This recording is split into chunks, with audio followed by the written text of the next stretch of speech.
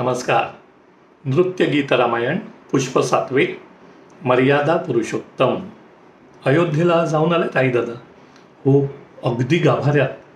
खूप वर्षांपूर्वी रामलल्ला तंबूत विराजमान होते तेव्हा.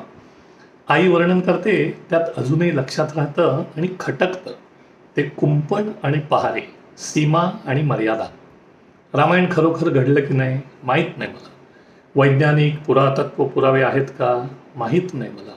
जाणून घ्यायची इच्छाही नाही, कारण श्रद्धा आहे तिथे राम आहे आणि माझ्या रामरायावर माझी नितांत श्रद्धा आहे. रामाची अनेक विशेषणं, रघुकुल तिलक, जानकीपती, रावणजीत, त्याचे गुणही तसेच, न्यायी, एकवचनी, एकपत्नीव्रत, धनुर्धारी, संयत बुद्धीचा आणि अनेक. मुख्य म्हणजे हे गुण त्याने स्वतःपुरते न ठेवता सर्व प्रजेचं कल्याण करता ते वापरले.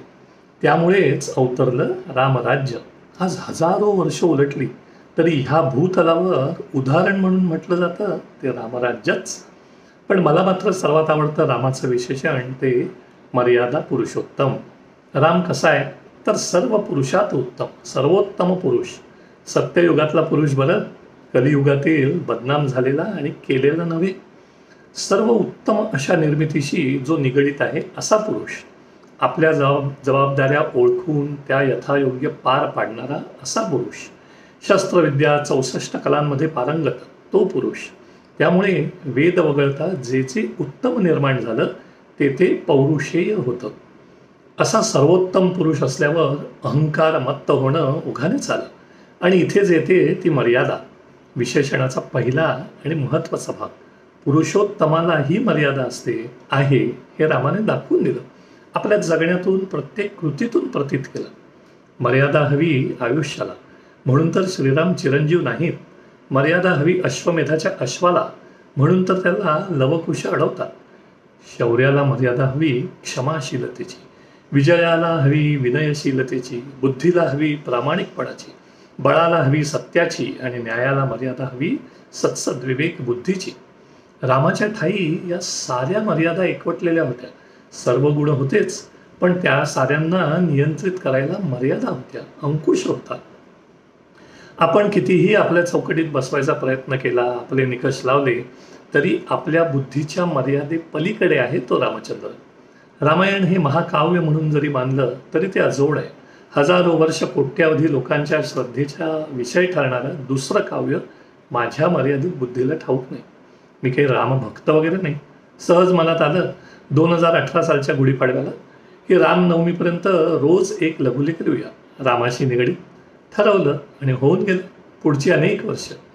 अयोध्येत राम मंदिर होईल की नाही माहीत नाही. 2018 साली लिहिलं हे. झालं तर मी जाईन का धावत माहीत नाही. रोज मी रामरक्षा म्हणतोच का छे बुवा. तरी महात्मा गांधींपासून ते माझ्यापर्यंत करोडो भारतीयांच्या मनात एक सश्रद्ध प्रतिमा आहे रामाची. ती या साऱ्या गुणवैशिष्ट्यामुळे आणि मुख्य म्हणजे त्यांच्या मर्यादेमुळे. विश्व कितीही अफाट असू दे हो, माझं मर्यादित विश्व त्या रामाने तोललंय. गेल्या काही दिवसात अजून अनेक विषय मनात डोकावले, तुम्ही सुचवले. उदाहरणार्थ रामसेतू, सीताविरह, अश्वमेध, समर्थ रामदास. पण रोज एक एवढी मर्यादा होतीच, ती पाळली. लहानपणी रामजन्माच्या वेळी पाळण्यावर चवऱ्या ढाळलेल्या आणि खाल्लेला सुंठवडा आठवतोय. हाच मोसम आता जेव्हा आंब्याची डाळ आणि पन्ह आस्वादता येईल. राम, सीता, लक्ष्मण यांच्या मूर्ती असतात बाकी देखण्या. मारुती आणि गणपती मिळवले की झालं पंचायतन. आजोबा म्हणायचे ते एक वाक्यही आठवते, आम्ही काय कुणाचे खातो रे, तो राम आम्हाला देतो रे. आता उद्या थांबेल. आपल्या लेखनाची मर्यादा, प्रतिभेचा थिटेपणा आणि सौंदर्याची सीमा निदान जाणवते तरी आहे. आयुष्यभर आपल्या सर्वांच्या हृदयसुद्धा विराजमान व्हावा तोच मर्यादा पुरुषोत्तम. मिजो. रामनवमी आदला दिवस 2025. आजचा बोनस. रावणही विद्वान होता म्हणे, शंकराचा भक्तही होता, पराक्रमी होताच होता. पण सगळं काही अमर्याद. एकदा का या मर्यादा उल्लंघण्याची चटक लागली की झालं. मग सामान्य माणसाचाही रावण व्हायला वेळ लागत नाही. अशा वेळी मग राम अवतार होतो रावण वध करण्यासाठी, सर्वांना दाखवून देण्यासाठी की रावण झाला तर काय शेवट ठरलेला आहे ते. आणि तो वधही केला जातो ते पूर्णपणे सर्व मर्यादांचं पालन करून, म्हणून श्रीराम हे मर्यादा पुरुषोत्तम. रावणवधानंतर समस्त जनांना नव्हे, देव, ऋषी आणि यक्ष किन्नर या सगळ्यांना झालेला आनंद मिथिशा नृत्यातून प्रकट करत आहे. आजच्या नृत्याची 2 वैशिष्ट्य.